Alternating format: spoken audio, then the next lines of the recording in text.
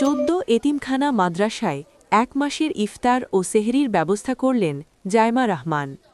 এতিমখানা ও হেফজ মাদ্রাসার শিক্ষার্থীদের জন্য 1 মাসের ইফতার, রাতের খাবার ও সেহরির ব্যবস্থা করেছেন ঢাকা 17 আসনের সংসদ সদস্য ও প্রধানমন্ত্রী তারিক রহমানের কন্যা ব্যারিস্টার জায়মা রহমান।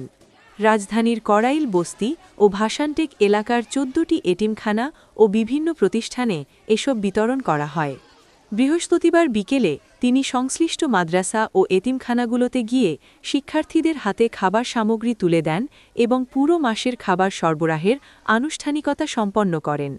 আয়োজক সূত্রে জানা গেছে, প্রতিটি প্রতিষ্ঠানের ছাত্রছাত্রীর জন্য রমজানের প্রতিদিনের ইফতার, রাতের খাবার ও সেহরির পূর্ণাঙ্গ খাদ্যতালিকা নির্ধারণ করা হয়েছে, যাতে রমজান জুড়ে তাদের খাবারের কোনো সংকট না থাকে।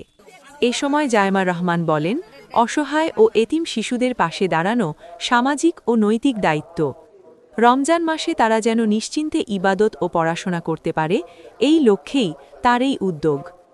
মাদ্রাসা কর্তৃপক্ষ ও স্থানীয়রা উদ্যোগটিকে স্বাগত জানিয়ে বলেন, দীর্ঘ সময়ের জন্য নিয়মিত খাবারের ব্যবস্থা হওয়ায় এতিম শিক্ষার্থীরা বড় উপকার পেল।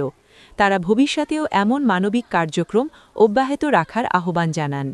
Desk report, Bangla post.